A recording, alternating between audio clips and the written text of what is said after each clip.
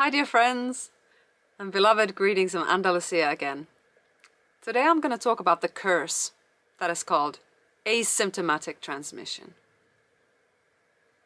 Now, the entire charade of control measures, surveillance, and sanitary dictatorship that is taking place right now is based on one belief.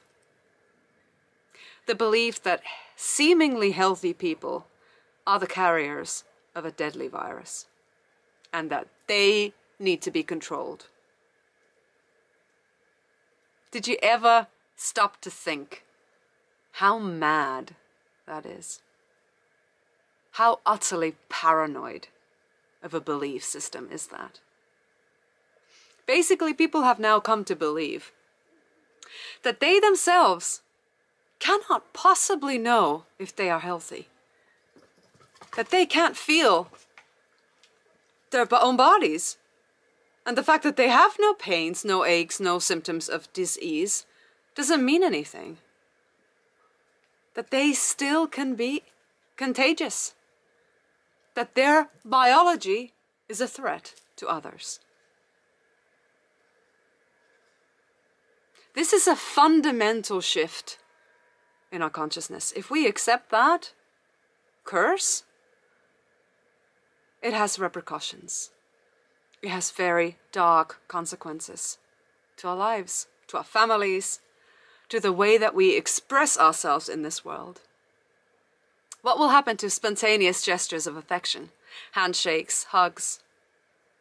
Do you really think somehow the powers that have created this medical fraud, this pandemic, are not going to use this weaponized agenda again? Has somebody promised you that this is the one and only pandemic in the 21st century? You know, Fauci has already talked about the era of pandemics. Bill Gates has mentioned this is not going to be the first pandemic.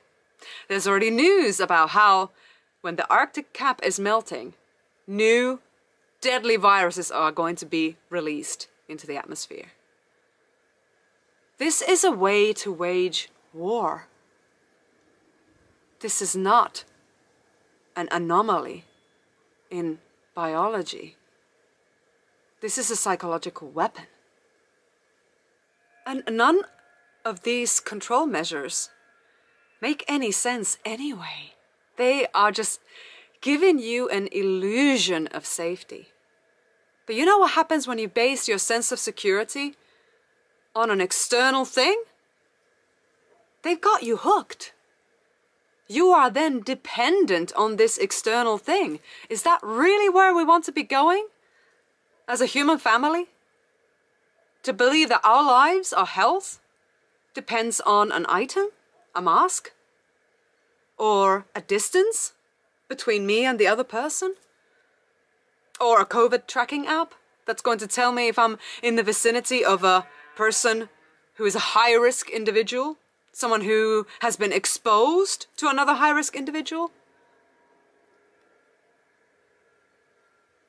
What's happening to spontaneous visits from one country to another?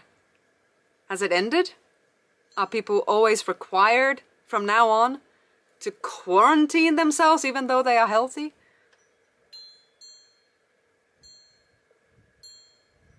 What about the test? Some people are requiring for you to show a negative test result to prove to them that you are not a contagion. Do you believe this test is giving you an immunity? Some kind of a magical blanket to prevent you from becoming infected with the virus the second after you've given your test? If this magical virus is floating around everywhere through the air, wouldn't that then mean that you'd have to take the test every nanosecond of your life from now on to prove that you are not infected? Has anybody just stopped to think that this is all an absolute joke? A very morbid joke? I mean, I remember when the world used to be sane. You know, I used to live in the Amazon rainforest, as many of you know. When I'd come back to Europe, there was not a single member of my family or friends who was suspicious of me. None of them ever perceived me to be some kind of a host of invisible infestation, some kind of a biological hazard, a lethal weapon. Nobody ever asked me to isolate myself after returning from Peru. People would be leaping on me, embracing me, saying, it's so good to see you. It's been ages. But not anymore. Not anymore. Just a little while ago, I went to visit Finland from Spain. And some people would not see me because they perceived me to be dangerous. A contagion. Are people beginning to beg for the surveillance society to manifest so that they can feel safe? So they can be logged onto their COVID track and trace app and be monitoring if there's any contagions nearby? Forgetting the fact that being alive is a risk? You know, the laws of nature have not changed. Healthy people have not suddenly become sick. Breath is still a vital part of life, of health. And it would be absolute insanity to believe that from now on we should live our lives with our faces covered. I mean, to me, it's even insane that I'm having to, like, whip up some scientific studies to prove that we need high level of oxygen. What's happening to common sense, people? It's absolute mockery of the human intelligence. That's what's happening now. You know, these track and trace apps, they should be applied to the worldwide criminal syndicates, child trafficking and sex slave organizations. Not on healthy, peaceful people like us. Are you going to submit to this oppression? Your family, your friends, your loved ones are not a threat to you. But I tell you who is. Those who are infecting your beautiful mind with a very hostile worldview, with a belief system that you can no longer trust your body, your immune system, or your loved ones.